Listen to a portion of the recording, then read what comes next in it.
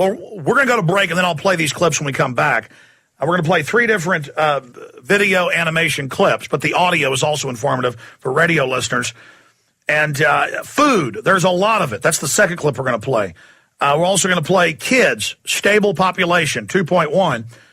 And we're also going to play overpopulation, the making of a myth. So we're going to come back and play these, and then I'm going to dovetail that into how State Department Memorandum 200 said, if the governments don't sterilize their women, we'll just start wars with their neighbors or fund guerrilla groups. That'll kill people, or we'll just cut off their food supply.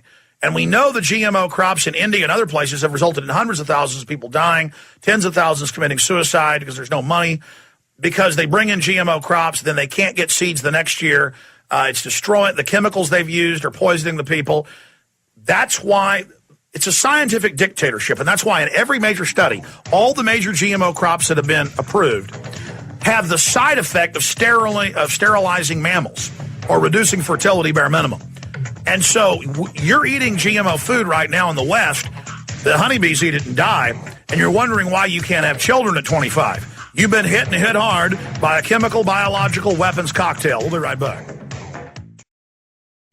Everybody knows that. Okay, let's go to this video piece breaking down that you need to have 2.1 children per family to just keep the population. And the entire West, including Japan, every industrialized nation, is not having anywhere near that. We are dying, ladies and gentlemen. And it's in the West where they're really teaching people not to have children. Here's the clip. From the time of the cavemen all the way until for women, many societies are facing a very real danger: extinction.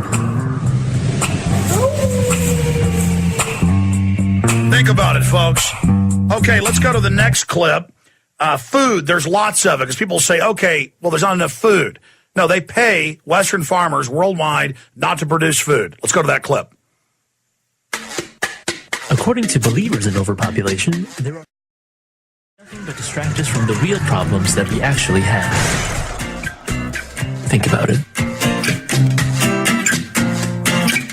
Perfectly done, absolutely accurate. That is the facts. The West is dying, and the British Royal Commission by eugenicists, by the British government in 1949, said if we industrialize Latin America, Africa, and Asia, they will stop having even their replacement rate like the West. That trend had already kicked in many Western countries. But they said if we do industrialize them, though, that will make them politically powerful, and then we can't control them through finance and military. So they said, what we're going to do is we're going to block economic development and industrial development. Then there will be a giant population bloom, but we'll come in with other corrective measures like sterilization, cutting off food and water with war.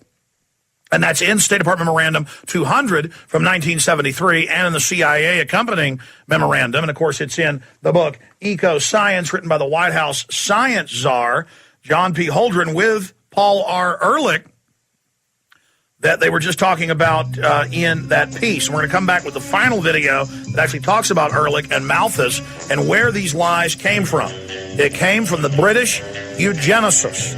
Now, we're going to cover proto-eugenics, the roots of the roots, to understand this and what the world government's stated goal is. For the New World Order, world government's only the beginning. Forced global extermination of 80 to 99%. They debate if they'll kill us all. This is public. We'll be right back. It's just a great illustration. But back to population. Let's play the clip here of overpopulation, the making of a myth that goes with those other two clips we just played. And I want everybody to go to Infowars.com, where Kurt Nemo's got all 3 of the articles posted along with an article he wrote and all 3 of the videos, so you can send that to your friends and family who are brainwashed and think they should pay carbon taxes for every child they have. Not only does the government own your house, and now it says it owns your body, as they collectivize all of our wealth into their hands and all of our rights go out the window. But let's go ahead and go to this final clip. The myth of overpopulation originated in England in 17... Do the math.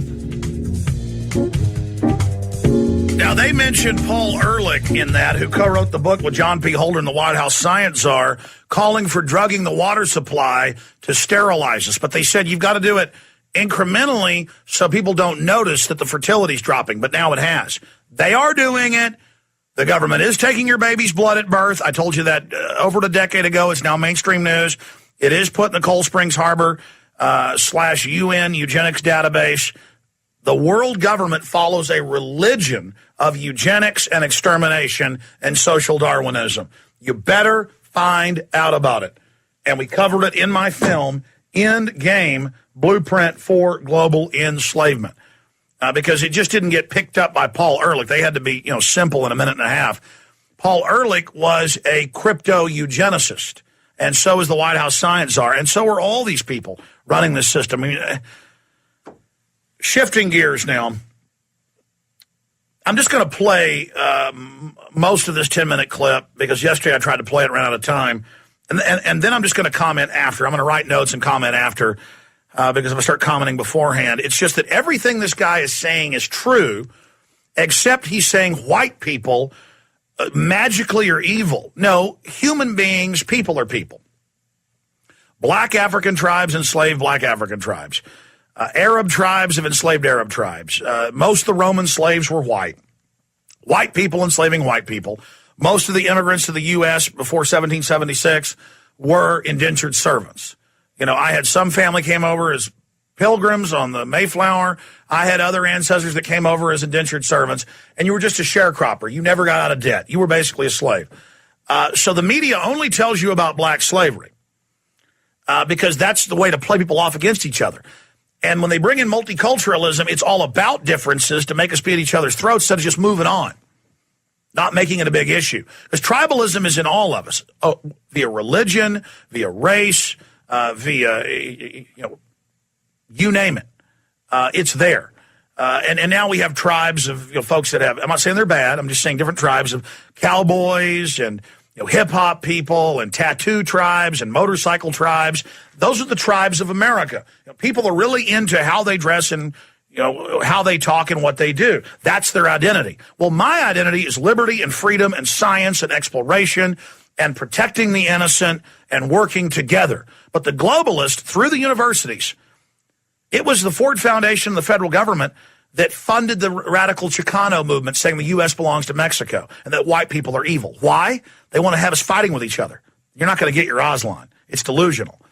It's to destroy the system of freedom that produced all this wealth. Hadn't been perfect, but what we're going into is tyranny. So this is social engineering.